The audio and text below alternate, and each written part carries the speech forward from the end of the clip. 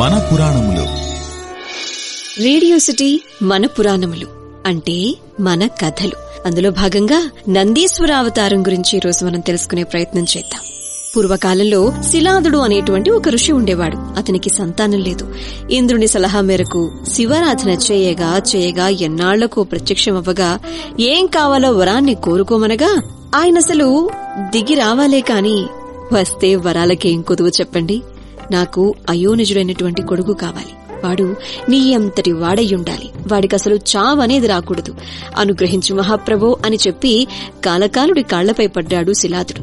మన త్రినేత్రుడు అనుగ్రహించాడు. నన్ను మానవ రూపాన జన్మించమని బ్రహ్మాదులు కోరి ఉన్నారు. అందువల్ల ఆ పుట్టేదేదో అయోనిజుడిగా నీ బిడ్డగాని అవతరిస్తాను అని చెప్పి అంతర్ధానమయ్యారంట మహేశ్వరుడు.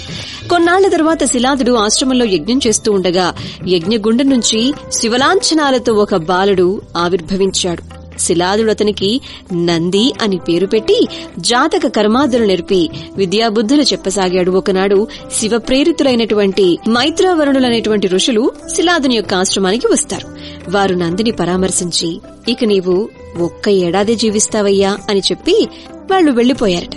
శిలాదుడు కుమారుని మరణం పట్ల చాలా బాధపడిపోయి నంది శిలాదునికి ధైర్యం చెప్పగా శివారాధనమనే తంత్రంతో మృత్యువును జయిస్తాను, చిరంజీవినవుతాను, నువ్వు ధైర్యంగా ఉండు అని చెప్పి తండ్రికి చెప్పి తానిక తపోవనాలు పట్టి వెళ్లిపోయాడట.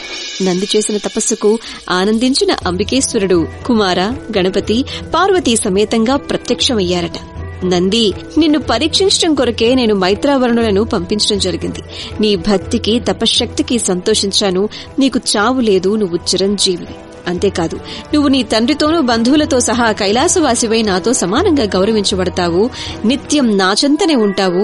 నిజ జటాస్థిత గంగోదకంతో నందిని గణపతిగా అక్కడికక్కడే అభిషేకించి ఇక నుంచి నందికేశ్వర నామంతో వర్ధిల్లు అని చెప్పి దీవించారట పరమేశ్వరుడు. ఆయనలా దీవిస్తూనే తన మెడలో ఉన్నటువంటి కమలాల మాలను నంది మెడలో వేశారట. ఆ మాల మెడలో పడగానే నంది త్రిలోచనుడిగా, దశభుజుడిగా, రెండవ శివుడా అన్నట్టుగా రూపుదాల్చారట. అభిషేకించిన జలధార సుతోయ, జటోదక, త్రిశ్రోత, వృషధ్వని, జంబువులు అనేటువంటి 5 ప్రవాహాలుగా పరిణమించిందట. ఈ 5ంటికి మూలస్థానమే పంచనదం. ఇప్పటికీ ఆ పేరుతోనే అలరారుతూ ఉంటుంది. శివుడలా అభిషేకించి ఇతర గణాధిపతులను, దేవతలను స్మరించగా తక్షణమే వారు వచ్చి గణాధిపతిగా నూతనాభిషిక్తుడైనటువంటి నందిని సత్కరించారట. అదే సమయంలో సప్తమరుత్తులు తమ కూతురైనటువంటి సుయస అనేటువంటి కన్యను తెచ్చి నందికిచ్చి పెండ్లి జరిపించారట.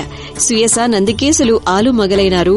తానున్న ప్రతి తావులోనూ తన ఎదుట నందీశ్వరుడు ఉండి తీరాలని శివుడు శాసించాడు. అనంతరం శివుడు నందికేశ్వరుణ్ణి, అతని బంధుజనాలని వెంట తీసుకుని ప్రమథుల కొలువులందుకుంటూ పార్వతీ సమేతంగా కైలాసం చేరటం జరిగింది. ఆ తర్వాతే భైరవ, కాలభైరవ, ఉగ్రనారసింహ, నరసింహుని ఉగ్రతకు సంబంధించి వీరభద్ర, శరభావతారాలకు సంబంధించినటువంటి కథలు ప్రకీర్తి చెందాయి.